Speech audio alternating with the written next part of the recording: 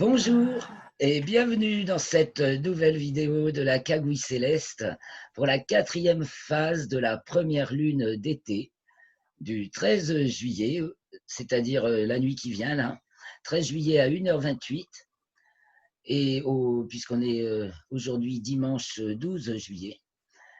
Donc du 13 juillet 1h28 au 20 juillet 19h32 pour la nouvelle lune. Donc c'est la dernière phase de cette première lune d'été, et dès le 21 juillet, on entrera dans la deuxième lune d'été, ainsi que le soleil entrera dans le signe du lion. Donc ça va être encore bien marqué, un changement de phase bien marqué, puisque c'est la lune et le soleil en même temps. Alors cette phase actuelle, donc on a commencé avec l'éclipse annulaire de soleil du 21 juin.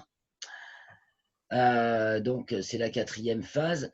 Elle est magnifiquement ponctuée la semaine par l'opposition de Jupiter et de Pluton, donc le 14 et le 15, et l'opposition de Saturne le 21. Donc la semaine est ponctuée à l'entrée par Jupiter et Pluton, à la fin par Saturne, qui sont donc toutes les trois au périgée, au plus près de la Terre, puisqu'elles sont à l'opposition. Et alors, je me propose de vous emmener voir un petit peu comment ça s'intrique en plus, parce que c'est intriqué entre la conjonction dans le plan écliptique, la conjonction dans le plan équatorial, le périgée de chacune. Pour Jupiter et Pluton, ça s'entremêle. C'est assez sympathique. Alors, je vais vous partager l'écran sur l'article pour l'instant. Est-ce que ça marche, Michel, l'article? Est-ce que tu vois l'article? Pour l'instant, je vois du noir. Ah, ça va venir. Oui. Ça y est. Claire Marion a commentaire partagé l'écran. Voilà, là je vois l'article. Alors, Alors, voilà, ça commence. Donc aujourd'hui, enfin demain plutôt, hein, lundi 13 juillet. Donc demain, déjà, Pluton au périgée à 10h54. oui, Ensuite, le mardi 14 juillet, à 9h46, Soleil opposé Jupiter dans le plan écliptique. Ça, c'est ça qu'on appelle l'opposition de Jupiter, hein, avec, donc dans l'autre sens, vue du Soleil, c'est Terre conjoint Jupiter. Ensuite, à 9h46, donc, dans le plan écliptique, Soleil opposé Jupiter, à 10h59, dans le plan équatorial, donc très proche l'un de l'autre, avec Jupiter, on colle au modèle, parce que le plan équatorial, je vous rappelle, c'est le modèle, et le plan écliptique, c'est la scène où on exécute sa partie. Alors, c'est pas toujours exactement comme le modèle, mais avec Jupiter, on colle bien au modèle. Le plan de révolution de Jupiter est très très peu incliné sur le plan de l'écliptique. Tout reste dans l'ordre. Donc on continue, le 15 juillet, Jupiter est au périgée à 12h. Ensuite, à 20h57, le Soleil est opposé à Pluton dans le plan écliptique. Et donc pareil, la Terre conjoint Pluton en héliocentrique. Et c'est jeudi 16 juillet, Soleil opposé Pluton dans le plan équatorial. Vous voyez, donc Pluton commence par passer au périgée, c'est l'opposition de Jupiter et le périgée de Jupiter. Donc, j'avais envie de parler un petit peu de, justement, revisiter à nouveau un petit peu Jupiter, Pluton et Saturne, hein, donc, qui advient dans la nuit du 20 au 21. Donc, pour clore la semaine avec la nouvelle lune, on a, je vais descendre à cette date, on a donc la nouvelle lune et 5 heures plus tard, l'opposition de Saturne dans la nuit. Donc, on développera un peu plus la semaine prochaine, mais en fait, je vais maintenant partager le RET pour bien voir les fonctions RET. On en a parlé la semaine dernière, mais je reviens. Donc, on a là Jupiter, qui va de l'existence à la représentation, le relais représentation de l'existence, petit r de grand E. Et on a Pluton qui maintient la transcendance, c'est le pouvoir de la transcendance, donc de la multiplicité, hein, où on entretient la complexité.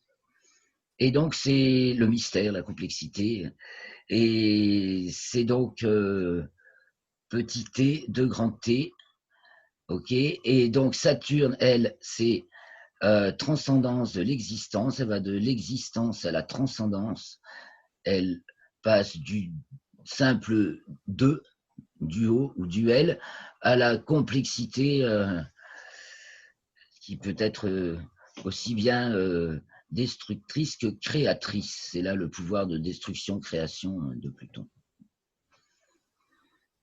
Donc voilà, alors en fait, si on fait un résumé des formules, si je pouvais avoir peut-être un tableau serait bienvenu. Je n'ai pas encore intuité ça, mais ça va venir.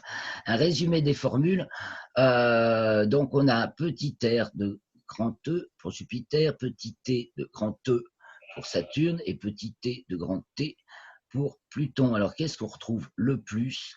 On retrouve grand E et grand E, Jupiter et Saturne, fonction relais de l'existence extensive. Et on trouve petit t, Saturne et Pluton, fonction de transcendance intensive, qui va ou entretient le niveau complexe.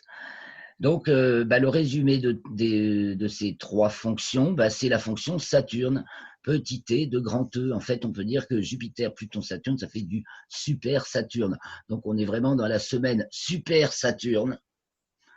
Notre Saturne qui, rappelons-le, est encore en Capricorne, en héliocentrique, plus pour longtemps, et qui est à nouveau à Capricorne en géocentrique, alors qu'il a été dans le signe du Verseau tout le printemps, et qu'il est revenu depuis le 3 juillet dans le signe du Capricorne, parce qu'elle est rétrograde, la planète Saturne, son mouvement est rétrograde, et qu'elle reviendra seulement dans le signe du Verseau à l'entrée de l'hiver. Donc on fait été, automne avec un Saturne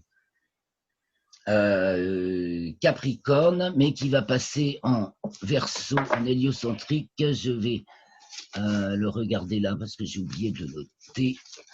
Verseau en héliocentrique, ce sera le 3 septembre. Donc l'automne aura une nouvelle tonalité, puisqu'on va faire l'été avec un Saturne Capricorne.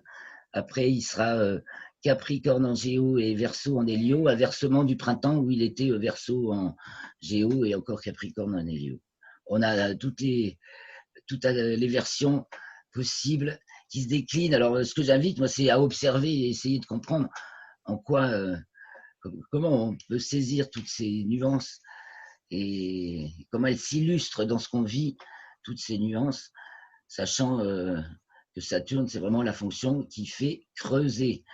Alors, on pourrait peut-être réfléchir à différentes façons de décrire cette fonction, surtout dans les différents référentiels. C'est-à-dire que qu'est-ce qu'un Saturne en référentiel objet? Qu'est-ce que c'est Saturne en référentiel sujet, premièrement, en référentiel objet, en référentiel relation, en référentiel intégration. En fait, il y a comme c'est une grammaire. On va chercher pour le sujet, on va chercher des adjectifs. Donc, si on va penser en mode sujet, donc sur soi-même, sur son état intérieur, ou même sur l'état intérieur de son groupe ou de sa famille, ou même de l'entité humaine sur la Terre. Du moment qu'on pense intérieur, on va penser avec des adjectifs. Donc, ça va être long, difficile, acharné. On cherche des adjectifs qui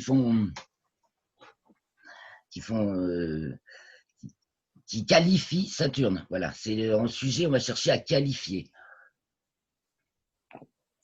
la fonction saturnienne. En objet, on va chercher à désigner. Donc, on va chercher des noms, des substantifs. Alors, c'est quoi Saturne en substantif?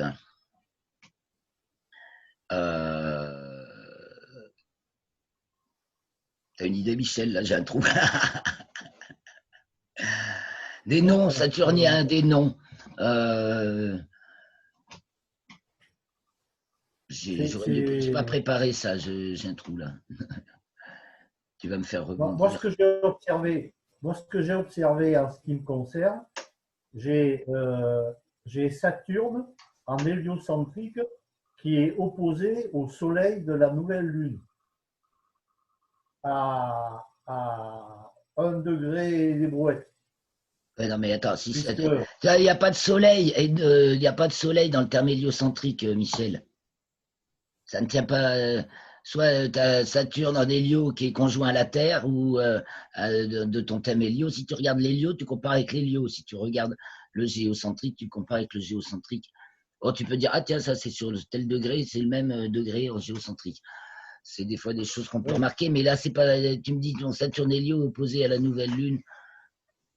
oui, non, c'est vrai que c'est en Il est conjoint à la géocentrique. Terre alors. Ben, ça veut dire qu'en hélio, il est conjoint à la Terre. Oui, bien sûr. Ouais. Quasiment au même degré, quoi. Hein. Eh ben, Donc, oui. pour moi, ça veut dire que je suis en train de me recentrer et je lâche prise sur certaines choses de façon comment je pourrais dire, à, à réfléchir pas avec la tête, mais je dirais avec l'intérieur, à l'intérieur de moi-même. En écoutant ton intuition, en écoutant tout, Voilà. quoi. En essayant de faire une synthèse sans rien négliger de tout ce qui t'arrive comme information extérieure comme intérieure. Oui, tout à fait. Mais je veux dire que je fonctionne vraiment, je dirais, au ressenti. Et je trouve qu'il y a beaucoup de synchronicité. Ça ne m'empêche pas de raisonner après, de réfléchir et de voir certaines choses, mais le fait de lâcher prise, en fait, c'est ça que ça veut dire pour moi. Le mental lâche prise et je trouve que ça m'amène à prendre conscience de certaines choses que j'ai bloquées depuis des années et que j'aurais mieux fait de lâcher. Mais je suis très content de m'en rendre compte. C'est le moment. Pas besoin Voilà, d'avoir c'est des le regrets. moment. Ça pourrait faire partie. Non, c'est Donc, pas. Non, mais je veux dire, c'est comme ça, voilà, c'est tout, quoi. Je, je prends comme ça vient. Enfin, je simplifie, hein. voilà, c'est Alors comme ça après, que c'est à moi tu. d'interpréter. Oui, toi qui le vis avec donc, en fait, ça rentre en correspondance complète avec ton thème natal, puisque en hélio, tu dis la Terre est conjointe à Saturne. Enfin, c'est Saturne d'aujourd'hui qui est conjointe à ta Terre natale en hélio, c'est ça, Oui, hein? Et donc en géocentrique opposé au Soleil natal. voilà, Donc tout à fait. voilà, c'est ça. Ouais. Donc Et je conjoint me au rends Soleil, compte, normal. ouais. Et je me rends compte que j'ai trouvé pas mal d'informations sur l'histoire de France et je dirais au-delà, puisque j'ai pas mal creusé là, les bouquins de Christian Turpin. Et je commence à mieux piger certaines choses. Et j'y suis pas allé par la réflexion au départ, j'y suis allé vraiment par un chemin détourné. Et en fait, ça me fait un grand plaisir de retrouver des connexions. Je pense que, enfin, c'est la dimension, justement, on va revenir. Signification, Saturne, référentiel objet, recherche. Travail, recherche, voilà des mots très Saturne, référentiel objet. Après, on peut s'amuser après à décliner dans les différents signes. Et là, on passe assez vite, mais tout le répertoire saturnien en termes de substantifs, voilà. Ouais, Décantation, peut-être aussi. oui, Approfondissement, ouais, approfondissement, oui, aussi, oui. décortiquage. Ouais, ouais. Et En effectivement, fait, tu lâches. Où c'est que tu le vois Oui. le lâcher plus disons que Neptune, c'est dans Saturne ou dans Neptune, mais Neptune a déjà lâché. Neptune est en lévitation, il a tout lâché. Saturne, il lâche. Oui. Il Ouais. lâche, il Euh, perd. Bon, alors, on va rentrer dans les verbes. Là, je rentre déjà dans les verbes, donc dans l'action, donc le référentiel relation, existence, celui qu'on est, qu'on utilise en astrologie sans forcément prendre la bonne dimension de ce référentiel, parce que c'est vraiment celui où on est sur la scène. Voilà, tout à l'heure, je parlais du modèle dans le référentiel objet. Là, on apprend sa oui, leçon selon le modèle. Et en référentiel relation, on se jette sur la scène et on compose avec ce qu'il y a, la c'est ça. composition. Ouais. Et Mais tu vois, ouais. donc là, on va employer Mais les verbes. C'est là l'action, ouais, je les suis verbes. d'accord. Oui, c'est des verbes, oui, on est d'accord. Mm. Mais je veux dire, moi, pour moi, dans l'action, je ne me précipite pas, je prends le temps, euh, quitte à perdre du temps, je me rends compte que, en fait, euh, les choses se décantent d'elles-mêmes. Et à un moment donné, je sens que c'est plutôt vers telle chose qu'il faut que j'aille plutôt que vers une autre. Et ça, je dirais, je le ressens, je sais pas moi, c'est quelque chose de profond et en plus de passionnel, de passionnant.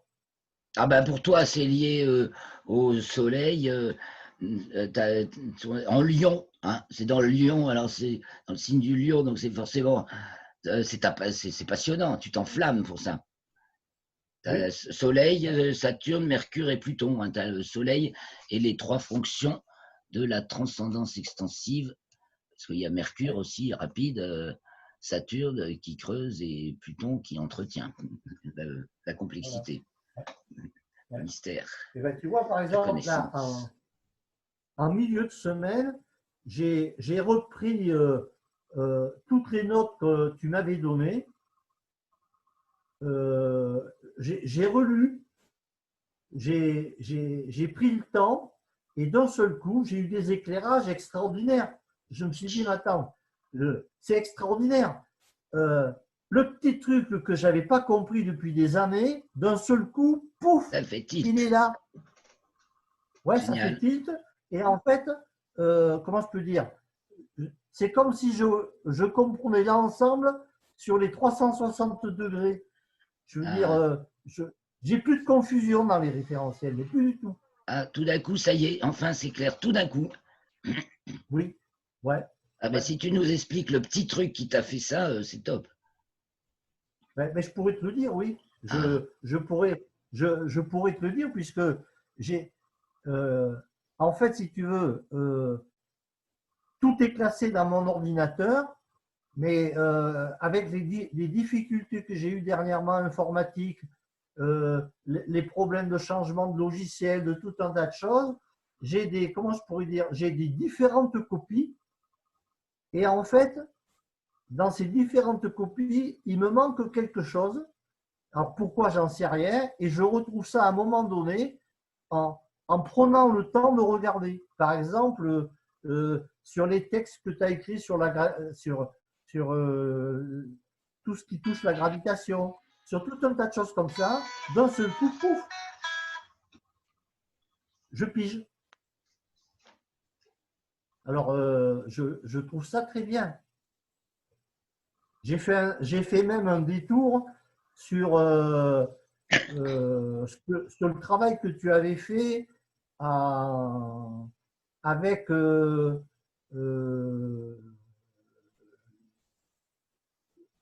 les pour ce qui touche les Mayas, là, tu sais, à un moment calendrier donné, tu avais Maya. fait tout.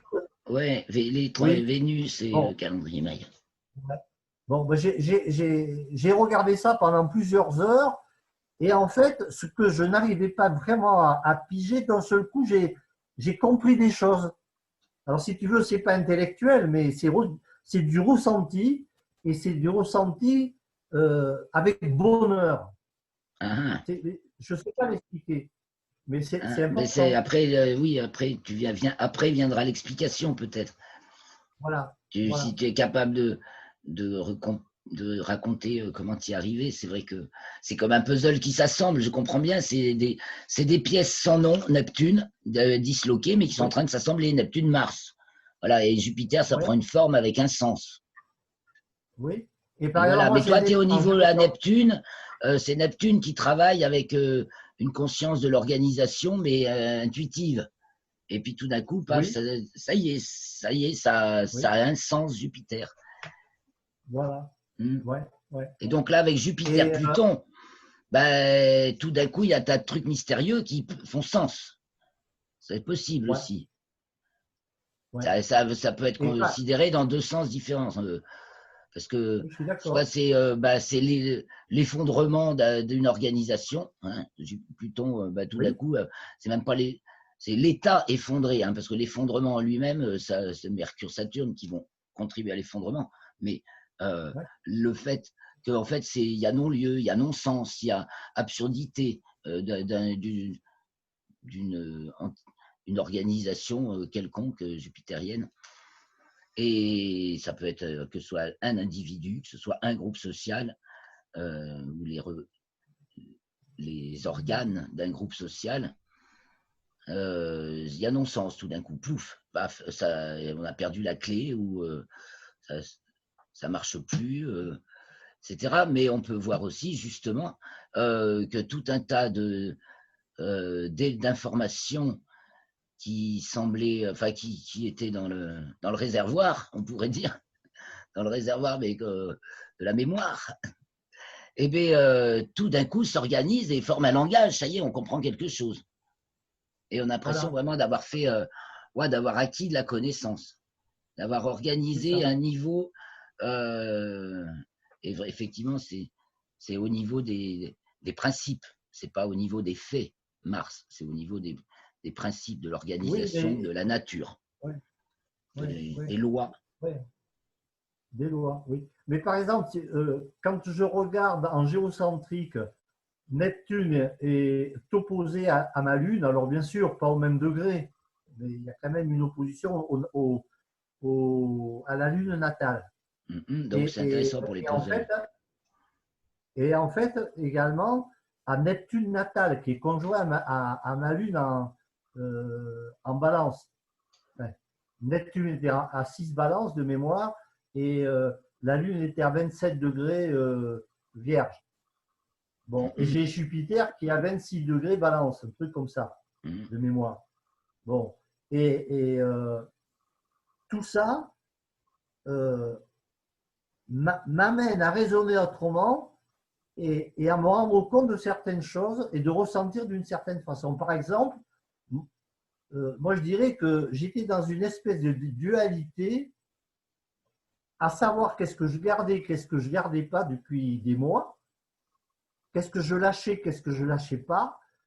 Et d'un seul coup, je me rends compte qu'en fait, j'étais comme si j'étais au fond du puits, j'étais complètement dans le noir et dans ma grotte, mais ça m'a fait un grand bien de relativiser, car maintenant, je ne sais pas que je veuille lâcher pour lâcher, mais je comprends mieux. J'étais entre le flirt du diable et je dirais et du soleil quelque part. Je ne sais pas comment l'expliquer. Donc, si tu veux, j'y retrouve une lumière positive dans tout ça. Et Plus sereine. je sais Tu pas sais, l'expliquer. mais tu sais mieux, tu viens de le dire, que tu savais maintenant ce que tu pouvais éliminer, ce que tu Voilà. pouvais laisser Ouais, tomber c'est en ça. fonction. Parce qu'il faut rappeler que ces planètes en ce moment sont dans donc, le signe du Capricorne et du Verseau, dont on avait parlé la semaine dernière, c'est les fonctions d'inhibition extinctive, le Capricorne, hein, la force Oui, d'inhibition extinctive majeure avec la vitesse d'excitation naturelle mineure. C'est le premier signe où le Soleil commence à remonter effectivement vers le nord. Donc ça fait une force d'excitation naturelle mineure. Mais du coup, voilà, la problématique du Capricorne, c'est ça, en sens des ensembles. Donc c'est les grands morceaux. Hein. voilà. c'est Voilà. les Voilà. pans Et si tu entiers veux, qui vont qu'est-ce que je garde et ce qui voilà. est fini, c'est fini, il n'y a rien à dire, on peut laisser tomber, c'est ça le Capricorne, hein. Là, faut s'intéresser à la vitesse d'excitation naturelle qui est brute de fonderie. Là, hein. Pour ça, le bouc. Il y a le bouc dans le Capricorne. Hein. C'est la chèvre, le Capricorne. Et c'est le côté, c'est l'autre côté de la face. Quoi, force. Il y a toujours la force majeure et la force mineure. J'aime bien dire comme en musique. Tu as les gammes majeures et les gammes mineures. Et la gamme mineure est même plus un peu plus complexe et elle est plus romantique souvent, enfin plus mélodique peut-être que la gamme majeure qui est plus carrée. c'est un peu la droite et la gauche aussi. Et des fois quand tu prends le gauche, tu vas plus vite. Non, par l'intuition justement. Ouais. Oui, mais tu peux aller plus vite, mais aussi tu peux prendre des chemins plus longs. Et si tu veux, moi, avant, quand je prenais un chemin plus long, je me disais, putain, mais non, tu perds ton temps, tu es en train de repartir encore dans un truc. Bon, mais là, je ne me pose plus ces questions-là. Si je fais un détour et que je laisse pendant 2 ou 3 jours maturer des choses, je me rends compte à un moment donné que j'ai bien fait. Que ce que je croyais à un moment que je perdais mon temps, c'est au contraire, ça m'amène de l'homme au moulin. Je comprends mieux certaines choses. Par exemple, sur le bouquin qu'a écrit Fanchon Pradalier-Roy. Oui. J'ai relu un petit peu, j'ai repris des notes que j'avais prises dans son bouquin et j'ai essayé de voir un petit peu comment elle raisonnait et pourquoi elle avait raisonné d'une certaine façon. Et à un moment donné, je me suis dit, mais c'est une nana, pour moi, elle a fait du conditionnalisme. Sans en parler, mais vraiment, mais j'ai trouvé qu'il y avait quelque chose qui faisait que. Elle connaît oui, elle est certainement. Elle connaît le conditionnalisme. Fanchon Pradalier-Roy, j'en ai entendu parler au Comac. Oui. Donc, mais effectivement, pas les mêmes elle a mots, capté. Si Ouais, voilà. Peut-être, mais elle a peut-être capté le principe de structure dynamique. Voilà. C'est parce que il y a plusieurs façons de l'exprimer, mais bon, ça, pour moi, c'est vraiment la plus synthétique. Ça marche pour tout. Là, une fois que tu as ça, avec les couleurs que Gilou il a rajoutées, qui sont tout à fait les couleurs pertinentes, et bien, tu peux analyser toutes les fonctions, puisque c'est aussi bien les 10 modalités d'expression de la vie, comme je les avais, comme elles sont énoncées dans le Sutra du Lotus. Et que ça colle magnifiquement et ça colle avec plein de choses, quoi. Et on comprend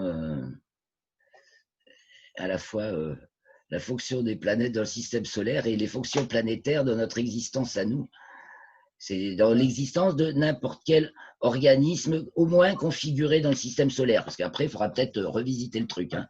C'est configuré dans notre système solaire, mais c'est peut-être c'est l'hyperlogique, le simple, le duel, le multiple.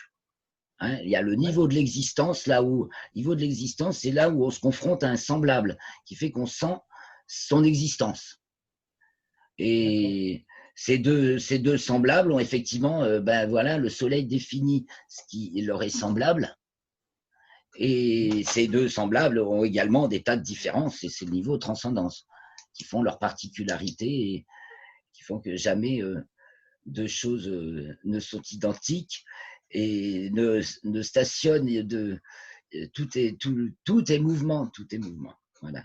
On est sous le ciel, à regarder le ciel magnifique en ce moment et tout est mouvement. Je vais revenir un petit peu maintenant parce qu'on a bien développé tout ce que je voulais dire sur le RET, Jupiter, Pluton et Saturne. Donc on est quand même dans la semaine super saturnienne de l'année pour cette 4e phase de la première lune d'été qui ouvre le signe du lion et la deuxième phase de l'été. Et donc, je vais passer un peu sur l'article.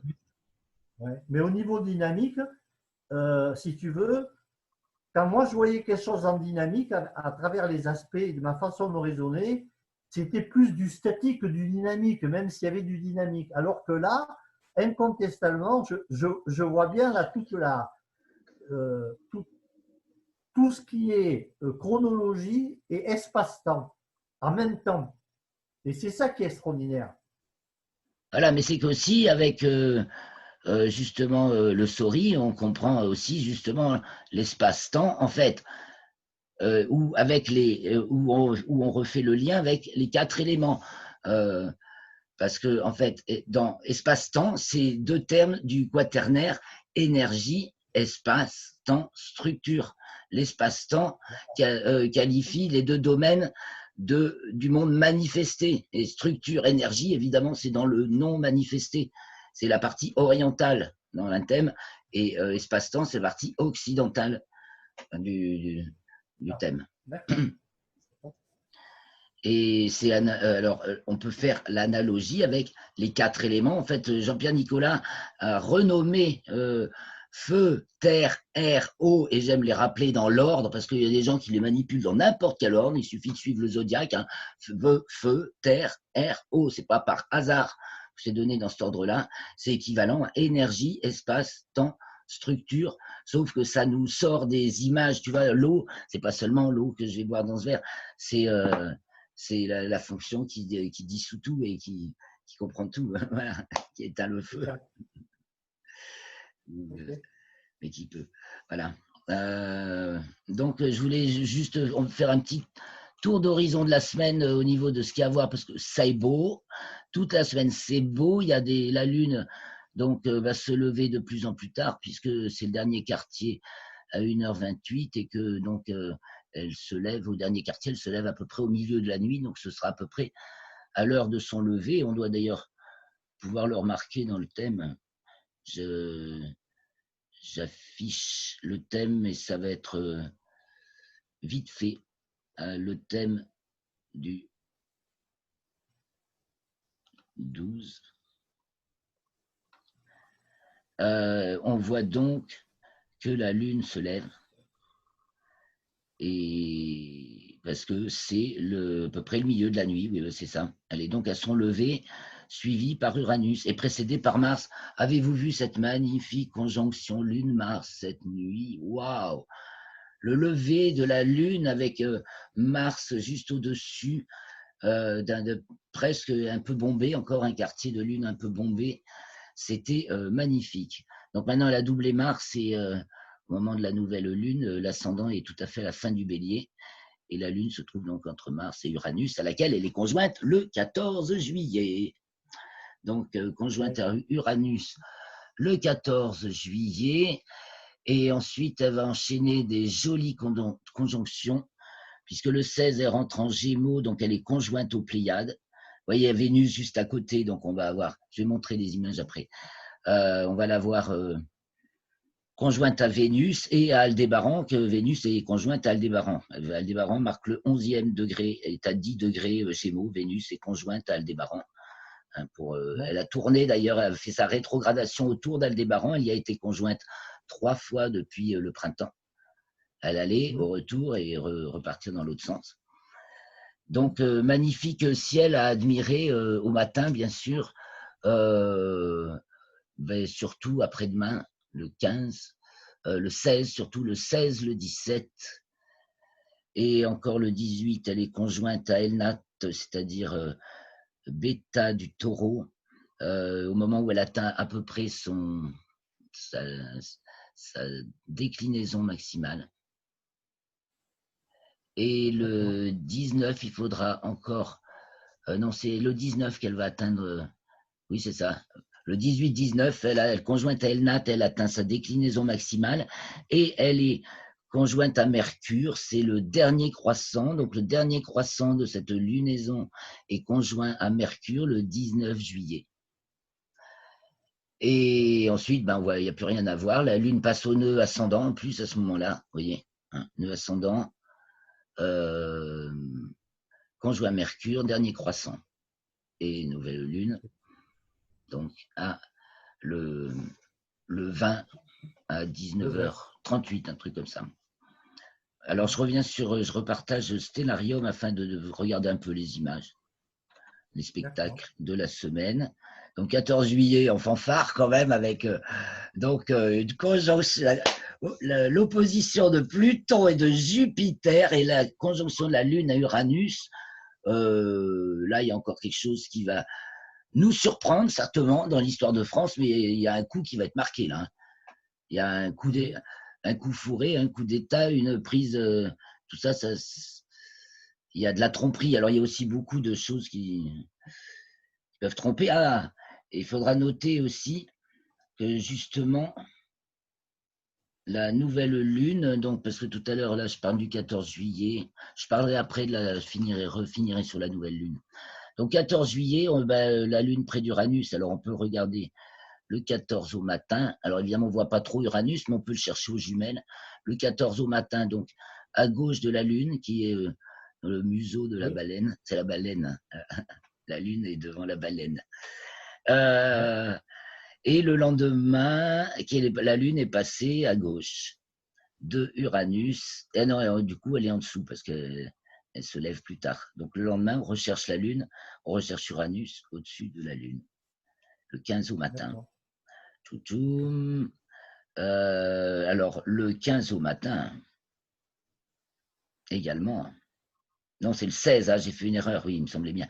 Le 16 au matin, la lune se lève de plus en plus tard, certes. En premier se lèvent les Pléiades, ensuite la lune, et ensuite Vénus, ce qui forme un magnifique ensemble avec un fin croissant de lune là, qui s'affine de plus en plus. Donc, c'est lune, Pléiade, Vénus, et le lendemain, on continue. Alors, c'est le 16, là, j'ai fait une erreur, c'est pas le 15, c'est le 16, à 4 heures, mais sur l'image, c'est marqué. Et en plus, c'est en face de la date du 16. Et donc, le 17, le lendemain matin, toujours à 5 heures du matin, il faut tous les jours debout à 5 heures du matin en ce moment. On a ce coup-ci la Lune, maintenant, et là. Et Vénus, on a un triangle assez serré entre un croissant de Lune encore plus fin qui chapeaute Vénus et Aldébaran et les Pléiades qui sont toujours là, bien sûr. Et donc, joli tableau matinal. Le 18 au matin, on peut repérer, bien identifier l'étoile Elnat. On retrouve notre Aldébaran, notre Vénus, notre Lune qui est dans le prolongement de la corne du Taureau. Là, elle est en fait conjointe à la nébuleuse du Crabe. Exactement, elle est sur la nébuleuse du Crabe, là, la Lune. La nébuleuse du Crabe, ou Messier 1, c'est la nébuleuse de 1054 qui a été consignée, la supernova de 1054 qui a été consignée par les Chinois. On a retrouvé aussi des consignations de cet événement par les Amérindiens et on n'en a retrouvé aucun en Europe. Mais probablement qu'ils ont tous brûlé parce que ça a été visible en plein jour. Une supernova visible en plein jour. Après, il y en a eu d'autres, autant de Tycho Brahe, il y en a eu de Kepler, il y en a eu 2. Et puis, c'est tout, quoi. C'est pas très souvent. Hein.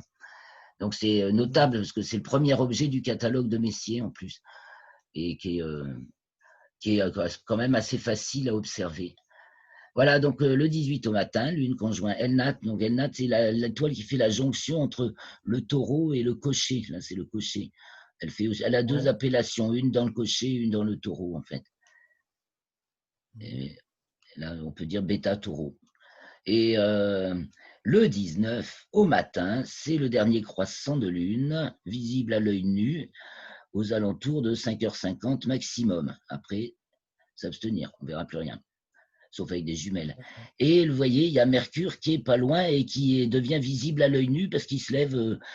il gagne 45 minutes encore dans la semaine sur son lever. Donc, en fin de semaine, au nord-est, on peut voir Mercure en fin de nuit, quoi, aux alentours de... Là, il est aux alentours de 5h30. Voilà pour les spectacles de la semaine. Vous voyez que ça se passe tout au matin. Et ce qui est archi magnifique, c'est qu'on a la guirlande de planètes au long de la semaine, de la nuit. Parce qu'on a donc maintenant Jupiter et Pluton qui se lèvent au coucher du soleil, puisqu'ils sont, enfin Jupiter, Pluton ne le voit pas, qui se lèvent au coucher du soleil, et Saturne, suivi par Saturne, puisqu'ils sont à l'opposition, donc c'est comme la pleine lune, tout ce qui est à l'opposition du soleil se lève au coucher du soleil, culmine au milieu de la nuit et se couche au lever du soleil. Donc en début de nuit, tout de suite se lèvent Jupiter et Saturne. Un petit peu plus tard, Il y a Neptune, bon, alors, elle est discrète, hein, vers minuit et demi, minuit et demi, Neptune. Minuit et demi, 1 heure, aux alentours d'1 heure apparaît Mars. Alors, voilà, bah, cette nuit, la Lune était là, et ça, c'est la nuit prochaine. Cette nuit, vers 2 heures du matin, la Lune était là, juste sous Mars. Et donc, la nuit prochaine, elle est là, et alors que Saturne et Jupiter arrivent à leur culmination à 2 heures du matin. Ils sont à l'opposition, c'est normal. Et donc, le 21, là, je crois que j'ai montré cette nuit. Et le 21, ben, Mars est là. Voilà, ça ne change pas grand-chose. Mais c'est intéressant à suivre, justement, de nuit en nuit et de semaine en semaine. Ensuite, après Mars, soulève Uranus vers 2 heures, 3 heures. Bon, là, j'ai mis localisé avec des jumelles, hein, entre la baleine et le bélier. Et le matin, donc en ce moment, le matin, donc Vénus ensuite apparaît, on l'a vu. Donc il y a une enfilade, voilà, on peut en plus, on peut se figurer le plan de l'écliptique, puisque on sait les planètes sont à peu près tous sur le plan de l'écliptique. Donc Vénus doit être en latitude un peu sud, Uranus à peu près sur la ligne, Neptune elle doit être là, elle en est qui passe à son nœud ascendant à la fin de la semaine, donc elle est un peu en latitude sud. Mars aussi, voilà, ben, l'écliptique il suit à peu près les planètes et la Lune. Vous voyez, il y en a qui sont un peu en dessus, la plupart sont un peu en dessous. En ce moment, tout le monde est en latitude sud. Donc ça c'est le 13 et le 20.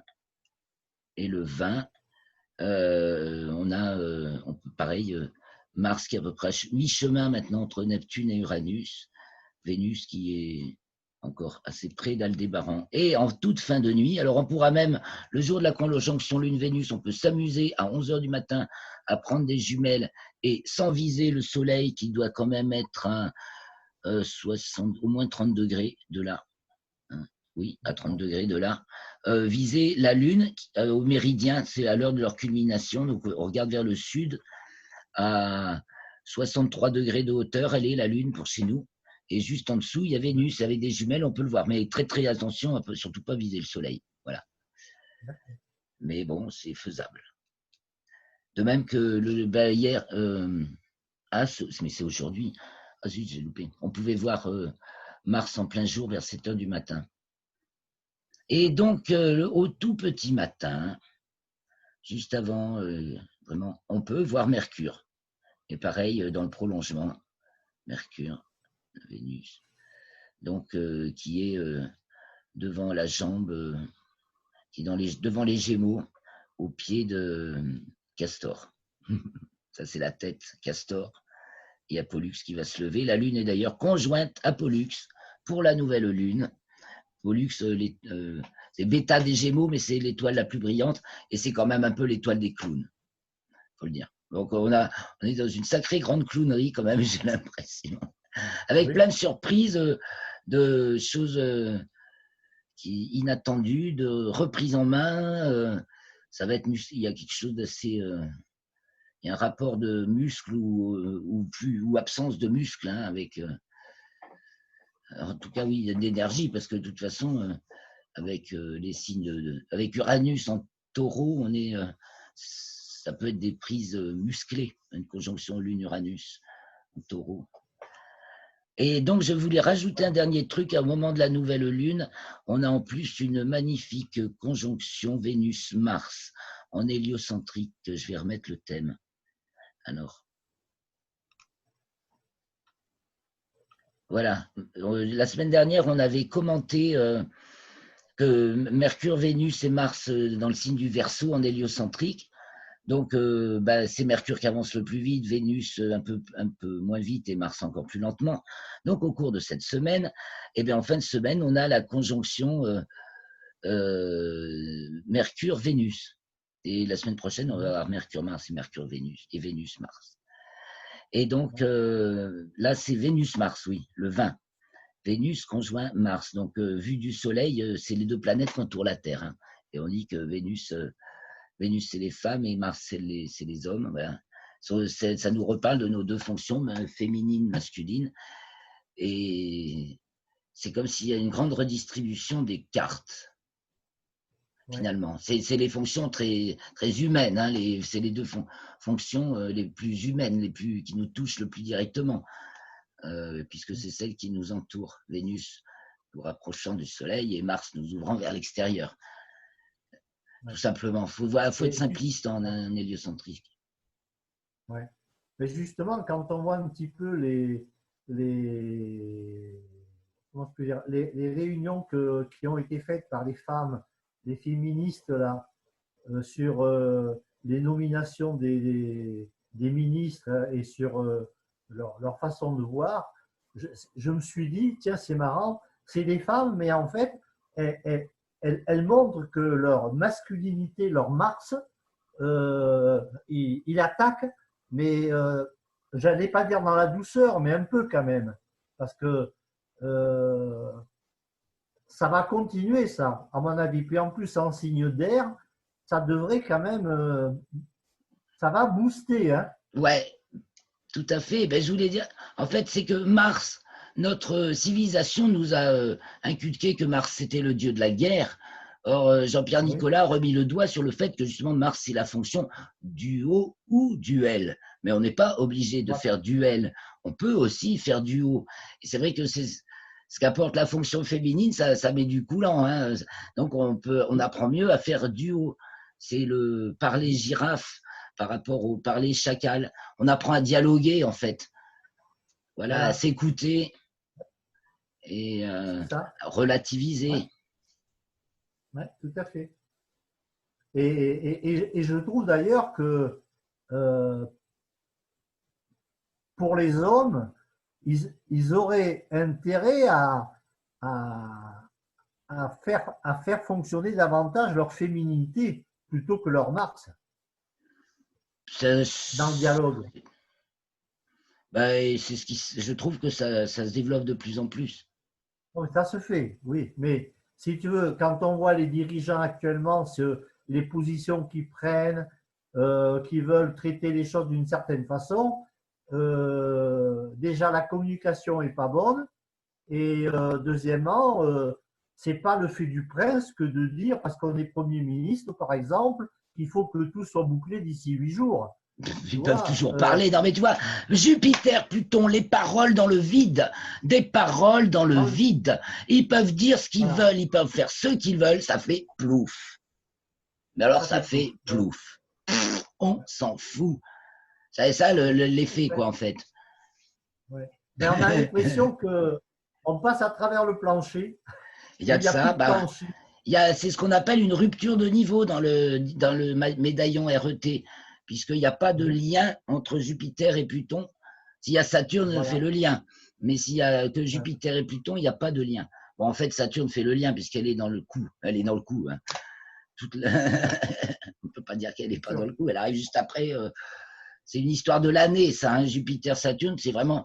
Ça occupe toute la. Ça a commencé au mois de janvier. Ça va même fin 2019 et ça va s'achever. Enfin, elles vont être en conjonction à la fin de l'année pour le solstice d'hiver. Jusqu'à la fin de l'année, et puis même peut-être on aura des effets encore en 2021. Ah bah c'est sûr. Hein. Ah bah ça fera. Bah oui. C'est un nouveau cycle Jupiter-Saturne, c'est un cycle de 60 ans. Oh mais il a ça. Voilà. C'est ça. Ça correspond au calendrier chinois. C'est des cycles de 60 ans aussi. Et en chinois, on est dans l'année du rat de métal. Et moi, je suis un rat de métal. Parce que, donc, vous savez mon âge. Et ouais. D'accord. Bon, mais tout ça pour dire que il y a encore des choses à voir. Ouais. Bon, on va peut-être on peut prolonger aussi longtemps qu'on veut, en fait. Mais on peut en rester là. Il faut qu'on ait des mots simples, oui. Mais d'un autre côté, ce qui les intéresse, c'est quand même une façon d'interpréter les choses. Et je pense que de ce que je ressens par rapport à des discussions avec Philippe, avec d'autres personnes qui le lui disent et qui il me le répètent, on est trop dans la, pour eux, on est trop dans la théorie et pas assez concret. Tu vois? C'est jugé comme ça. Bon, on s'en fout. Moi, Mais j'essaie de donner des outils. Après, j'appelle pas oui, concret faire de la soupe avec tout mélanger et y aller de son on est opinion bien en d'accord. détaillant son truc, son point de vue sur les événements, ce sur quoi on focalise. C'est perso, en fait. On peut Oui, je suis tout, d'accord. tu vois, et en plus, on peut toujours trouver des arguments astrologiques Oui. et dire que telle Non, mais je suis d'accord. configuration, ça veut dire ça, mais ça veut dire des milliards de choses. Justement, on va essayer de l'analyser afin de voir ce que ça donne au point de vue du sujet dans l'objet, dans la relation et dans l'intégration.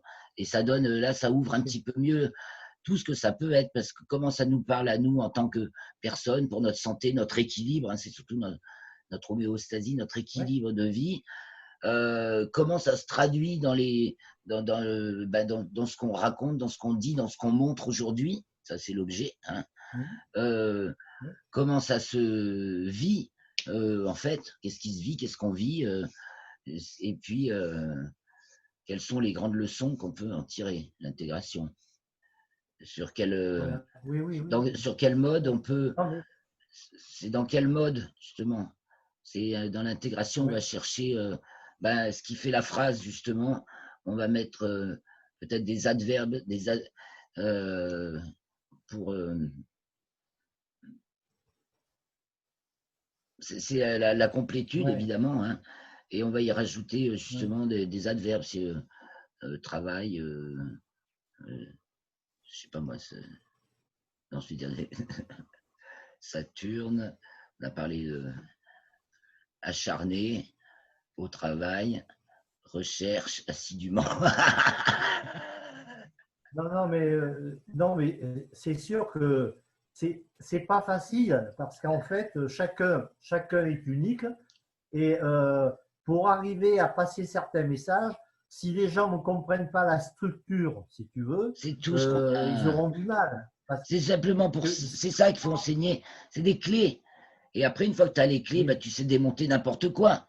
Une fois que tu as le schéma en tête, ouais, et donc ça va te parler à toi, mais tu peux l'expliquer à ton voisin. Ça va dire. Voilà, une fois qu'on a ce support, on peut parler à quelqu'un, même si on ne le connaît pas bien encore, on va vite, on branche, tu vois. Ça va lui d'accord. parler. Et du coup, il va accrocher Ouais, avec ouais. ce.